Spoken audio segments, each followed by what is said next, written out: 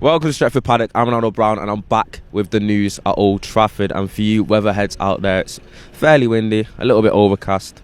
Looks like it could be a decent day. It looks like they're putting some sort of banner up at the front of Old Trafford. Your guess is as good as mine as what it will actually say. But in terms of the rust that was on it and the paint job that they've done, it actually looks fairly decent, relatively cheap from the Glazers. Hopefully the refurbishment kind of continues, but it's starting to look good as United return there on the weekend for the start of the Premier League season. But as far as the news is concerned, there isn't too much going on. We've heard about Varane completing his medical today. We've got a little bit of a Herrera link, Rashford's injury update, all sorts to get through. Without further ado, let's get into it. The first bit of news, it surrounded Marcus Rashford and his injury. With reports saying Marcus Rashford could be back training within 5 weeks of surgery, but it would be approximately 12 weeks until he returns to action, as that reported by Sky. It's fairly interesting because when it comes to Marcus Rashford, a lot of people have taken into account the fact that it will be out for until October, but he'll be training in 5 weeks, but will be cleared to contact in about 3 months, so to speak. It's going to be a big loss, but there's plenty of options up front and out wide with the arrival of Sancho, the emergence of Elanga. You've got Amad Diallo to return, you've got Greenwood, you've got Martial who comes back into the fray. I think you've got a lot there to cover. You've even got the likes of Pogba that can be deployed in that left wing area, as he was for the majority of the latter stages of last season.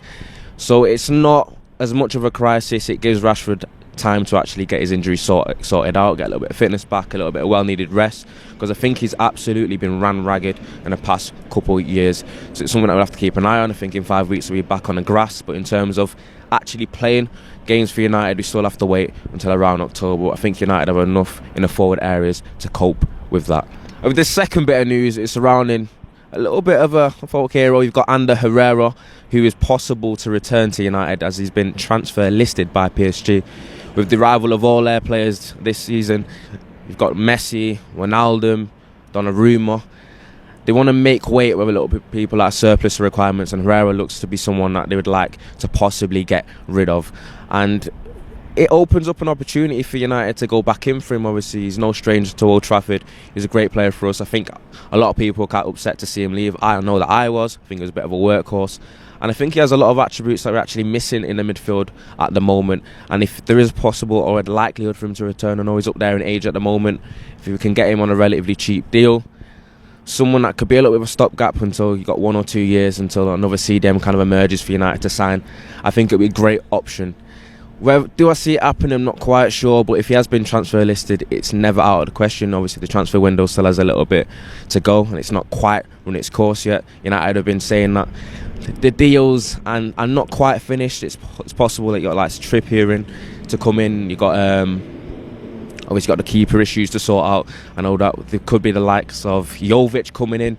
United aren't quite done yet. I know that we've signed Varane, we've signed Sancho. A lot of people are saying that they're satisfied with that, but if you're looking at it, Sancho was a deal that was supposed to be done for 2 years now. So I think Rafael Varane is probably the only this season kind of signing in that kind of sense. So I think United do owe us another midfielder, and I think Ander Herrera would be a great option if we can get him on a cheap deal. I think we can do, because he has been transfer listed.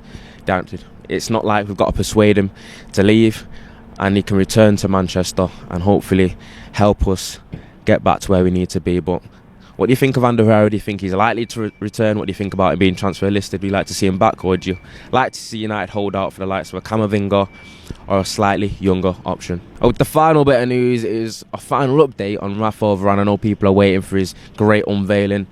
He completed the first part of his medical yesterday. Romano has tweeted and has mentioned that he's going to be completing the second part of his medical today after his quarantine time that he spent away.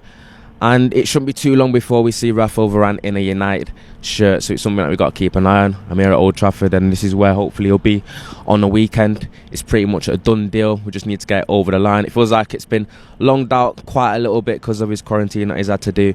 But if we keep an eye out today, hopefully there's some news where we do see him completing his contract, completing his medical, and we can finally see him in a shirt that we want to see him in. And it's not just an update on Rafael Varane. We got a little bit of an update on Sergio Romero. I know someone that was a little bit of a hero as well at United. He was a great backup keeper, and he was great while he was great performances in his tenure. Europa League, fringe games, I think sometimes his performances even rival the likes of De Gea and the first choice keepers that have been here over the last few years. And it's been reported that as a free agent he has signed for Granada, and I wish him the best of luck. I know that you all wish him the best of luck as well.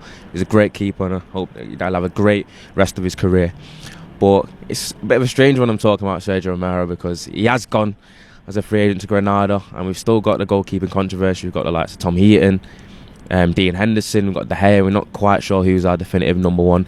So he has left. He's left a pretty toxic situation, it seems.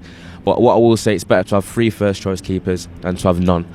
So it's something that we'll have to keep an eye on at the beginning of the season and see who kind of separates themselves and becomes the rightful number one at United, and hopefully gets us to kick on and challenge for trophies, which we haven't won since 2017, and it's getting a little bit tedious now. I like to see United pick up some silverware this season. But as far as the news is concerned, there's not been too much. We're just going to have to keep an eye on Varane. I know that's going to excite me. I'm his biggest fan, as you all know. But as far as I'm concerned, I'm Ronaldo Brown. This has been the news at Old Trafford, and I'll see you next time.